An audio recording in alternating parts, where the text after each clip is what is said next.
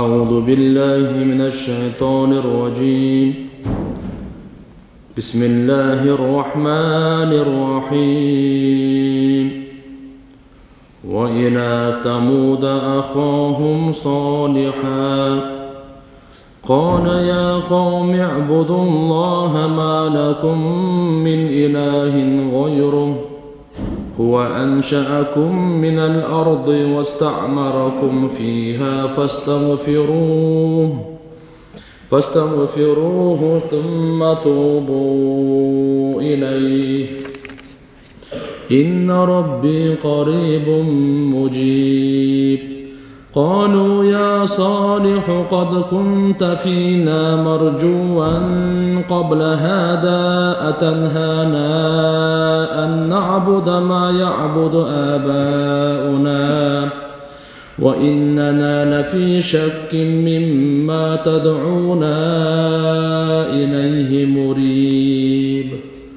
قال يا قوم أرأيتم إن كنت على بينة من ربي وآتاني منه رحمة فمن ينصرني من الله إن عصيته فما تزيدونني غير تخسير. ويا قوم هذه ناقة الله لكم آية فذروها تأكل في أرض الله ولا تمسوها بسوء فيأخذكم عذاب قريب. فعقروها فقال تمتعوا في داركم 3 أيام ذلك وعد غير مكذوب. فلما جاء أمرنا نجينا صالحا والذين آمنوا معه برحمة منا ومن خزي يومئذ. فلما جاء أمرنا نجينا صالحا والذين آمنوا معه برحمة منا ومن خزي يومئذ إن ربك هو القوي العزيز. وأخذ الذين ظلموا الصيحة فأصبحوا في ديارهم جاثمين كأن لم يغنوا فيها ألا إن ثمود كفروا ربهم ألا بعدا لثمود. صدق الله العلي العظيم. Hud suresi 61. ayettan 68. ayetga чейин. Bu yerde Salih aleyhisselam, Salih degen payg'ambar o'tgan, Samud degen qavmga kelgan. Oşolarga payg'ambar bo'lib, elchi bo'lib kelib, milletini atqarib, onlarga qanday da'vat bergan, qanday chaqirgan oşolar. Ошол туурасында бүгүн баян. Нерде бир нерсени эске ала турган, Кур'ан-ы Каримде бир пайгамбардын окуясын башынан аягына чейин бир жерде айтпайт. Үзүндү кылып. Муса пайгамбардын окуясы Кур'анда 28 парада келет. Ар жерден. Бирок демек Аллах субханаху ва таала бул жерде Кур'ан-ы Кариминде кайсы жерде, кайсы учурда, кайсы зарылчылыгы болсо ошончо берет. Анан башка жерде башка зарылчылыгы аны эстетет. Бул Кур'ан-ы Каримдин бир керемети да. Солих алейхиссаламдын кысасы. Алла Таала Кур'анда айтат: "Жана Самуд кавмына өздөрүнүн бурадары Солихти пайгамбар кылып жөнөттүк. Ал айтты: Эй менин кавмум, Аллага ибадат кылгыла. Силер үчүн Алладан башка илах, ибадатка лайык зат жок. Ал силерди жерден жаратты, жана анда жайгаштырды. Ошондуктан андан кечирим сурагыла, кийин ага тооба кылгыла, кайткыла. Акыйкатта мен Роббим жакын дуа кабыл кылуучу." Алла Таала Табук жана Медина аралыгындагы шаарларда жашоочу Самуд элине Салих алейхиссаламды жиберди. Салих пайгамбар Салих алейхиссалам да пайгамбар болуп келип, коомуна өзүнүн мурдагы пайгамбарлардын сөздөрүн айтты. Эй коомум, Аллага ибадат кылгыла. Силер үчүн Алладан өзгө илах сыйынууга лайыктуу зат жок. Эй коомум, Алла силерди оболу башында жер жынысынан жаратты. Андан соң ошол жерди абад жай кылышыңар үчүн силерди анда калтырды. Силер ага истигфар айткыла, соң ага тооба кылгыла. Албетте Роббим жакын жана тообаны кабыл кылуучу. Жерде жаралышлыгы дагы, жерде адамдын жайгашышлыгы дагы бул эки неамат. Жер бетинен жаралып, жер бетинен ырыскыбыз бар экен, бул жерде жайгашып жашап атканыбыз экөө тең бул Алла субханаху ва тааланын неаматтары. Кийинки аятта Самуд эли алар айтышты: "Эй Салих, сен мурда биздин арабызда үмүт кылынган киши элең го? Эми биздин ата-бабаларыбыз ибадат кылган буттарга бизди ибадат кылуудан кайтарасыңбы? Албетте биз сенин даават кылып жаткан диниңе шек күмөндөбүз." Салих алейхиссалам айтты: "Эй коомум, кабар бергилечи, эгер мен өз Роббумдун тарабынан келген ачык айкын жолдомодо болсом, жана ал мага өз тарабынан бир рахмат, мындайча айтканда пайгамбарчылык берсе, кийин да эгер мен ага баш ийбестик кылсам, анда ким мени Алланын азабынан куткара алат? Силер болсо менин милдеттеримден тосуп, зыян жеткирүүдөн башка мага эмнени көбөйтүп жатасыңар?" Салих алейхиссалам бул сөздөн айтып атканы, негизги милдеттен тосуп силер мага зыянды гана күчөйтүп атасыңар. Самуд коому өздөрүнүн арасынан чыккан пайгамбарга ал даават кылып жаткан динге шек күмөн менен карашты. Алар Салих алейхиссаламды мурдагы абалын айтып: "Эй Салих, мындан мурда чырайлуу кулк мүнөзүң, аманатка бекемдигиң үчүн баарыбыз сага суктанып, сендей болушту арзу кылат элек. Эми бизди ата-бабаларыбыз ибадат кылган нерседен кайтарасыңбы?" дешти. Ата-бабалары ибадат кылган нерсе акыйкатпы, акыйкат эмеспи, аларга баары бир. Ата-бабалары ибадат кылса болду. Өздөрүнчө акылдарын иштетип көрүшпөйт. Биз сен даават кылып жаткан нерсе туурасында шек күмөндөбүз дешти. Ошондо Салих алейхиссалам: "Эй коомум, кабар бергилечи, эгер мен Парвардигарым Роббумдун тарабынан анык далилге ээ болсом, жана мага өзүнүн рахматы пайгамбарлыкты берген болсо да, ушундан кийин мен ал затка, Алла Таалага баш ийбестик кылсам, ал абалда Алладан, анын азабынан мени ким куткарат? Болгону силер мени баш ийбестикке тартуу менен зыяндан башка эч нерсе келтирбейсиңер" деди. Алла Таала пайгамбарлардычы кичинесинен эле өзгөчө таризде тарбиялайт да. Адеп ахлак, тазалык, колк мүнөз, боорукер, баатырлык, жоомарттык деген сыпаттарды пайгамбарларга, болочок пайгамбардын кичинесинен Алла субханаху ва таала коомдун арасында эле күнөөдөн узак, шайтандын баспасасынан узак, адамгерчиликтүү сыпаттарга ээ кылып тарбиялайт. Пайгамбарыбыз Мухаммад алейхиссаламга да ошондой болгон да. Меккеде жашады, мушриктердин арасында чоңойду 40 жыл. Бардыгы садык, амин, чынчыл, аманатка бекем, адеп ахлактуу, адилеттүү деп. Анан качан эле дааватка келгенде, бир Аллага чакыргандан анан каршы чыгып, капкаяктан сүйлөй баштады. Мына коом Салих алейхиссалам дагы коом ошондой эле. Айтып атпайбы? Şu үмүт кылган кишилерден элең депчи. Сендей болсок экен деп биз ушу суктанат элек, шилекейибиз куюлат эле дейт. Bundan murda. Пайгамбар болуп келгенден кийин эми биздин ата-бабаларыбыз бутка сыйынып келген ошодон бизди тыйы саласыңбы деп, мына Салих алейхиссаламга дагы ушуну айтышты да. Андан кийинки аятта Алланын төөсү тууралуу. Жана Салих алейхиссалам айтты: "Эй коомум, бул Алланын төбөсү. Силер үчүн бир аян белги болуп келди. Ошондуктан аны бош кое бергиле. Алланын жеринде оттоп жүрсүн. Жанага жаман ниет менен кол тийгизбегиле. Болбосо силерди жакынкы азап кармап калат." Кийин алар анын бут тарамышын кесишти. Ошондо Салих алейхиссалам айтты: "Силер өзүңөрдүн турак жайыңарда 3 күн рахаттанып алгыла, андан кийин азап келет. Бул убада жалган эмес." Кийин качан биздин өкүмүбүз келгенде Салихти жана аны менен бирге ыйман келтиргендерди өз рахматыбыз менен куткарып калдык жана ал күндүн кордугунан сактап калдык. Албетте сени Роббиң күчтүү, үстөмдүү жана зулумдук кылгандарды коркунучтуу, өкүрүк тутту.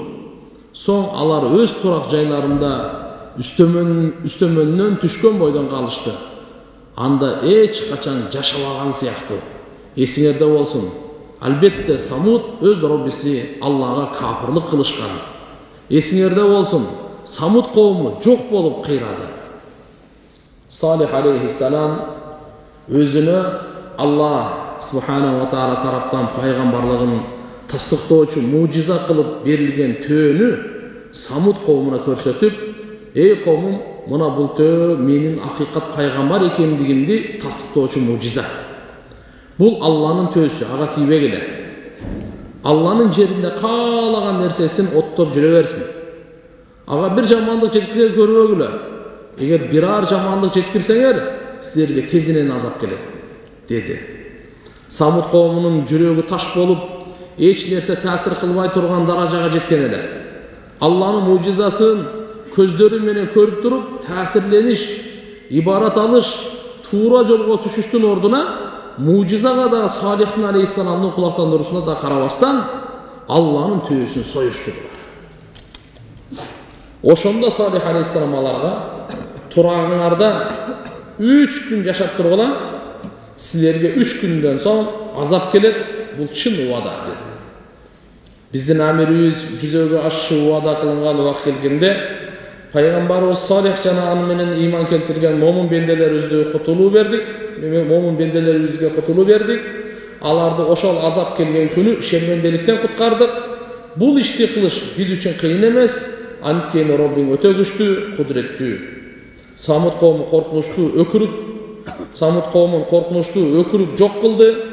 Алар турган жайларында үстөмөннөн түшүштү. Бул абалдарды көргөн адам аларды бул жерде жашаган деп ойлобос эле. Алар капырлыктары себебинен азапка кириптер болушту. Самуд коому рахматтан узак болсун, алар жок болушту. Мына бүгүнкү кыска сиздерге Самуд пайгамбардын окуясын бул Курандагы аятта котормосу менен бир аз түшүндүрмөнү бердик. Туугандар, Алла субханаху ва таала өзү боорукер, мээримдүү бенделерди жакшылыкка каалайт дагы ошону жүзөгө ашырыш үчүн пайгамбарларды жиберип турган. Салих пайгамбардын доорунда өнөр жай, тоолордун ичинде шаарларды куруу өтө өнүккөн эле. Мурдагы мына кече өткөн сабакта сиздерге айттык. Худ пайгамбар Ад коомуна келгенде шамал менен жок болсо, кыйкырык да болгон, шамал да болгон. Андан мурунку коом Нух пайгамбардыкы суу менен жок болсо, булар ушундай бир өзүнүн акылдарын иштетип мындай деп: булар суу менен жок болду, бул шамал менен жок болду. Биз куткарыла турган жолубуз тоонун ичине кирип кетсек, эч нерсе кыла албай калат. Суусу дагы жетпейт, шамалы дагы жетпейт деп. Бирок Алла Таала азаптайм десе ким кутуланат анда? Кудайым Алланын азабынан эч ким качып кутула албайт. Башка жерлерде окуяларда келет. Салих алейхиссаламдан булар болсо, сен эгер чын пайгамбар болсоң, анда мужиза көрсөт. Мужиза кандай? Мына ошу аскадан, тоодон, тоо жарылсын дагы, тоонун ичинен төө чыксын деген да. Төө болгондо дагы ал бооз төө болсун дейт. Анан Салих алейхиссалам айтты да: мейли, силер менен мужиза талап кылып атасыңар. Пайгамбарлыкты тастыктоо үчүн. Мен Алла Тааладан дуа кылам. Алла эгер мужиза көрсөткөндөн кийин Алланын адаты ушундай. Ыйман келтирбей койсоң, анда чатат. Ошон үчүн биринчи ойлонгула. Ошо мужизаны көрсөткөндөн кийин ыйман келтиресиңерби же келтирбейсиңерби? Барды келтиребиз дешкенде. Анан Салих алейхиссалам дуа кылганда кадимкидей ошо тоо аска жарылып, ичинен төө чыккан да, төө. Ошону мына Кур'анда нақатулла дейт шуну. Алланын төөсү деп аталды. Өзгөчө төө, кудурет, мужизаны көрсөтүп, Алланын бирдигин, пайгамбардын чындыгын далилдеш үчүн көрсөттү да бу төөдү. Кийин булар эмне кылды? Булар айтышты. Жалганга чыгарышты. Жүрөктөрү баягында катып калган эле. Анда экинчисине айтты, эми бул төөгө тек койгула деди. Сууга барганда, бул төөдө ушундай суу ичет экен. Айылдын бардыгы бир күндө ичсе, ал сууну төө бир күндө ичет. Ошон үчүн кезек-кезек кылып коелу. Бир күнү бул Салих пайгамбардын ошол Алла Тааланын төөсү деген ушул белги буга тийишпек эле. Оттой берсин, бир күнү сууну ушу ичсин. Кийинки күнү силер келип ичкиле депчи. Акыры анан ушуну бир бактысыз адамдар бар, аны кой десе болбой. Анан путуна чаап, фаакаруха деп путка чаап өлтүрүшкөн да. Ушундан кийин анан Салих алейхиссалам буларга эми кыйын болуп калды го деп, мына жерде бир азапты айтып атат. Ал азап өкүрүк, катуу кыйкырык болгон да. Ал ушундай кыйкырганда дүйнөдөгү ушунун күчү дүйнөдө канча ток болсо андан күчтүү ток болгон да. Кыйкырганда кулак, жүрөктөр жарылып кеткен. Кулактары жарылып, жүрөктөрү жарылып, турган бойдон эле көмкөрөстөн түшкөн да, үстөмөн түшкөн. Бардык адамдар. Мында ар кандай эмес, бардыгынан үстөмөн түшкөн. Башка Кур'ан-ы Каримдин башка аятында фаахадат хум раджфа дейт. Аларды зилзила, жер титирөө кармаган дейт. Бирок бул экөөнүн тең болду деп айтсак эчтеке эмес. Себеби эки азаптын Кур'анда айтылып атат. Биринчи жер титиреп, андан кийин кыйкырып берилген да. Кыйкырып берилгенде булардын кулактары жарылып, жүрөктөрү ошол момент ошондойдон өлгөн.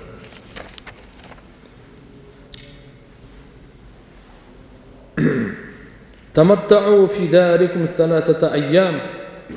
3 gün möhlet.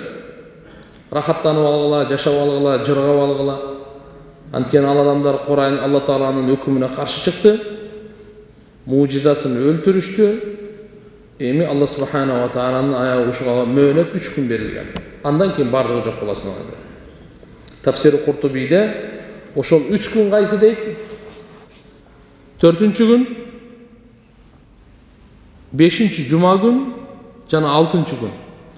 3 gün өткөндө ушу 3 gün рахаттангыла деген ушу 3 gün болгон экен. 4-cü, 5-ci, 6-cı базар күнү келип азап кармаган. Базар күнү булар жок болгон да. Албетте Салих пайгамбар менен бирге ыйман келтиргендер бар эле. Алла Таала өз уадасында ыйман келтиргендерди куткарам деп уада берген. Алла Таала куткарды. Ыйман келтирбегендердин бардыгын жок кылды.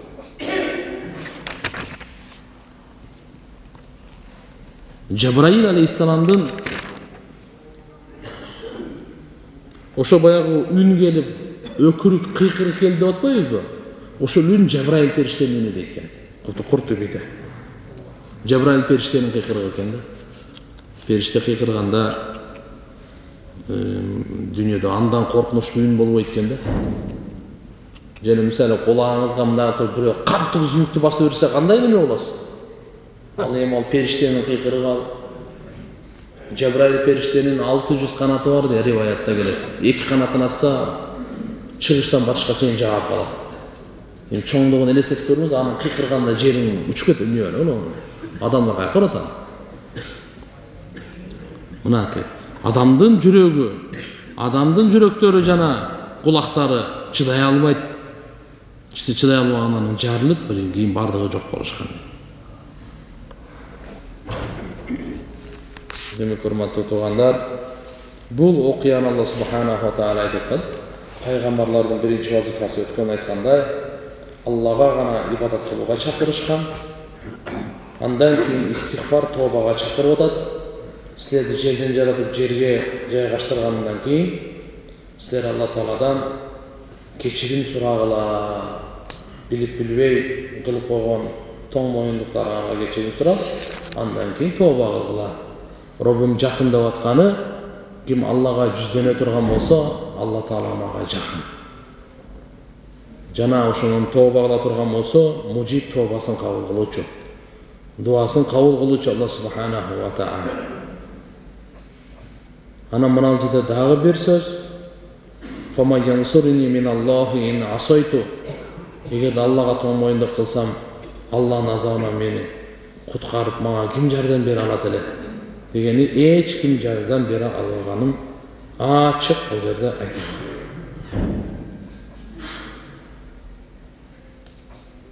Акырында Алла субханаху ва таала Кур'ан-ы Каримде Самуд элине өз робуна кафырлык келтиргендигине каргыш Алланын рахматынан узак болсун. Бүгүнкү кыска савап. Азыр Худ сүрөсүнүн 68 аятына чейин, 61ден 68 аятка чейин болду. Салих алейхиссаламдын окуясы.